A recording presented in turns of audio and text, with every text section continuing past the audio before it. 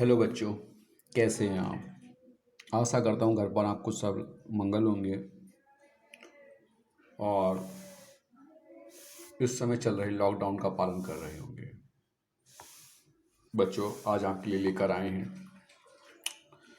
कन्हैयालाल मिश्र प्रभाकर जी द्वारा लिखित Robert nursing home में। यह एक रिपोर्टाज है। इस पार्ट में मदर टेरेसा, मार्गेट, सिस्टर क्रिस्ट हेल्ड, जो कि एक रावट नर्सिंग होम इंदौर में है, उसमें परिचारिका अर्थात सेविकाओं के रूप में अर्थात रोगों के निदान करने के रूप में कार्यरत हैं। यह सिस्टर अलग अलग देशों की विरोधी देशों की रहने वाली हैं, फ्रांस और जर्मनी की, परंतु फिर भी वहाँ पर ये अपने सेवा भाव से, अपने मानवीय दृष्टिकोण से एक ही ईसाई धर्म की छाया को पल्लवित करती हैं। तो शुरू करते हैं बच्चों इस पाठ का। आप जो हैं अनुसरण करेंगे, ध्यानपूर्वक सुनेंगे। मैं वाचन करता हूँ।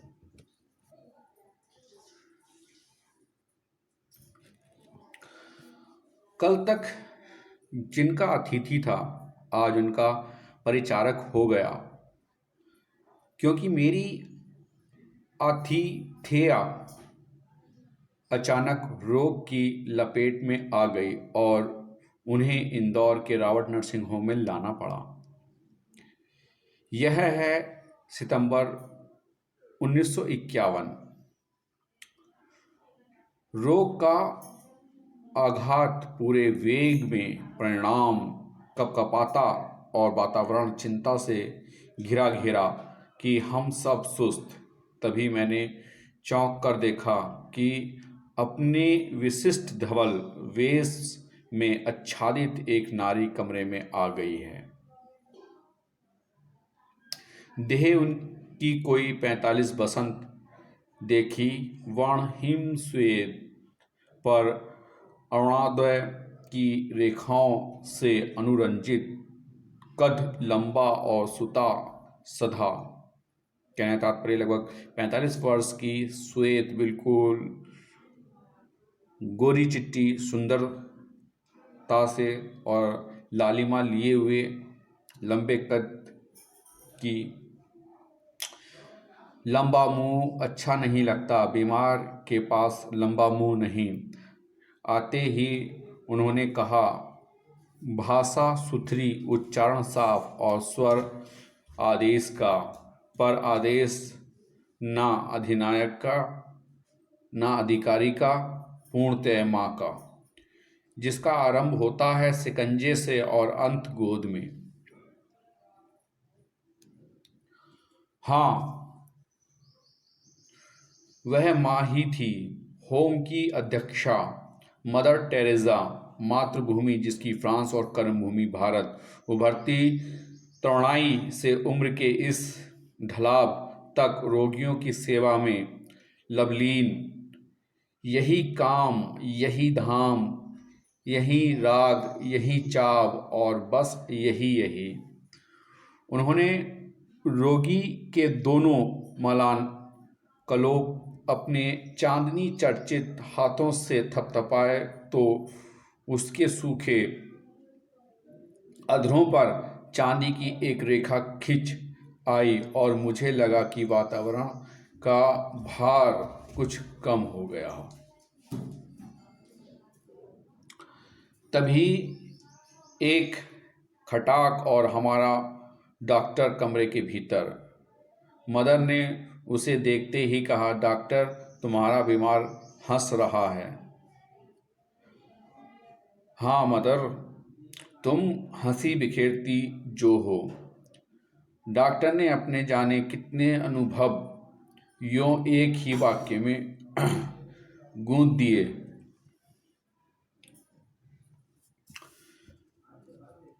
मैंने भावना से अभिभूत हो सोचा, जो बिना प्रसव किए ही माँ बन सकती है, वही 30 रुपये मासिक के योगक्षेम पर 20 वर्ष के दिन और रात सेवा में लगा सकती है और वही पीड़ितों के तड़पते जीवन में हंसी बिखेर सकती है।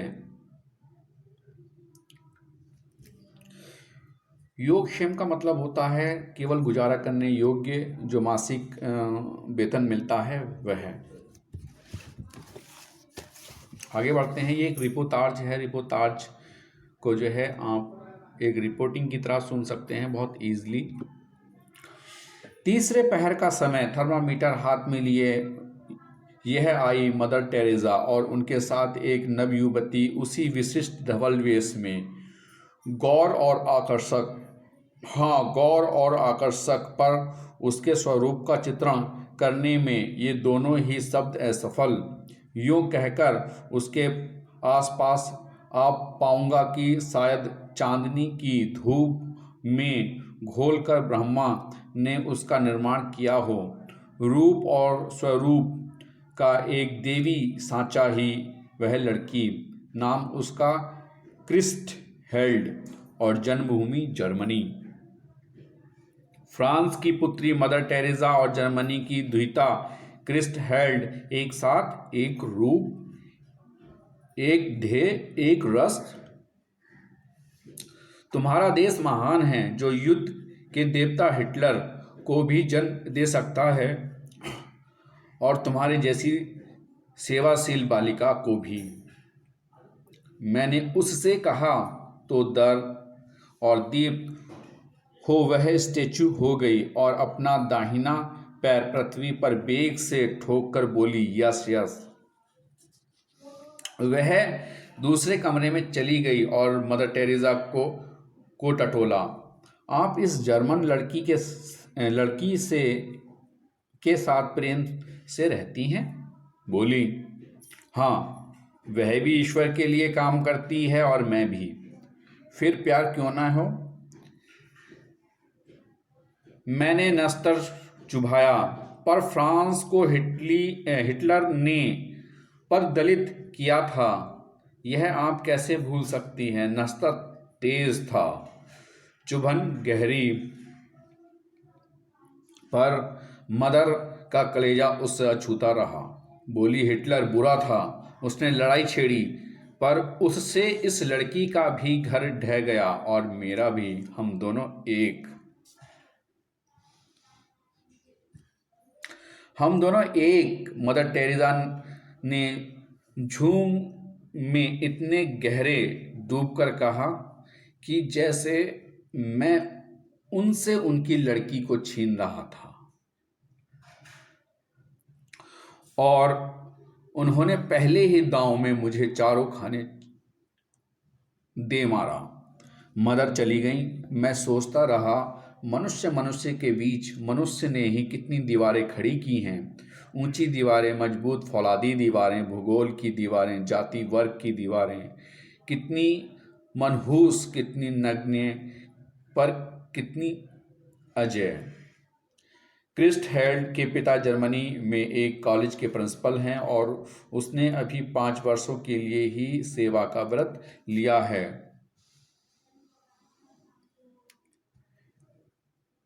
रोगिणी के गहरे काले बाल देखकर उसने कहा, तुम्हारे काले बाल मेरे पिता कैसे हैं? कहा कि वह स्मृतियों में खोई सी गई।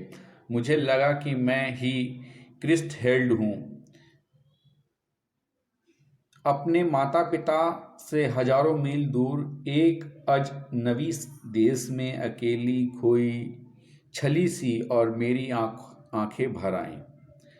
लड़की मेरे आंसुओं में डूब डूब गई और किनारा पाने को उसने जल्दी से उन्हें अपने रुमाल से पोंछ दिया। उसी सदा हंसती आंखें नम हो गईं, पर जरा भी नम नहीं। मैंने पूछा, घर से चलते समय रोई थी तुम? उसका भोला उत्तर था, ना, माँ बहुत रोई थी।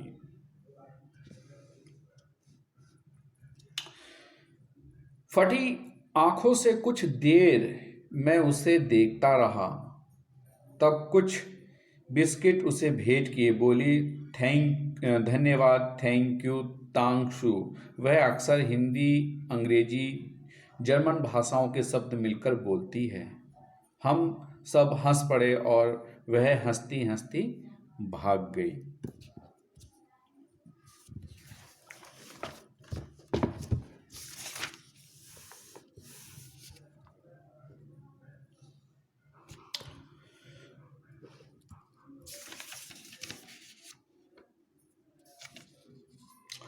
बच्चों, आज के लिए इतना ही। कल मैं आपको इससे आगे की रीडिंग कराऊंगा और होमवर्क भी आपको कल ही दूंगा। आज आपको इस पार्ट में जो पढ़ाया गया है, रिपोर्टाज है ये रॉबर्ट नर्सिंग होम की, जो कि इंदौर में है। वहाँ पर मदर टेरेसा और सिस्टर क्रिस्ट हेल्ड दोनों साथ रहती थी। दोनों अलग अलग देश की थी और उनके जीवन की जो छोटी सी घटना है उसको यहाँ पर जो कन्हैयालाल मिश्र प्रभाकर जी हैं इन्होंने प्रस्तुत किया है। कल इस चैप्टर के आगे का पार्ट पढ़ाकर मैं आपको होमवर्क दूंगा। आज आप इस पार्ट का अनुसरण करें, यही आपका होमवर्क होगा।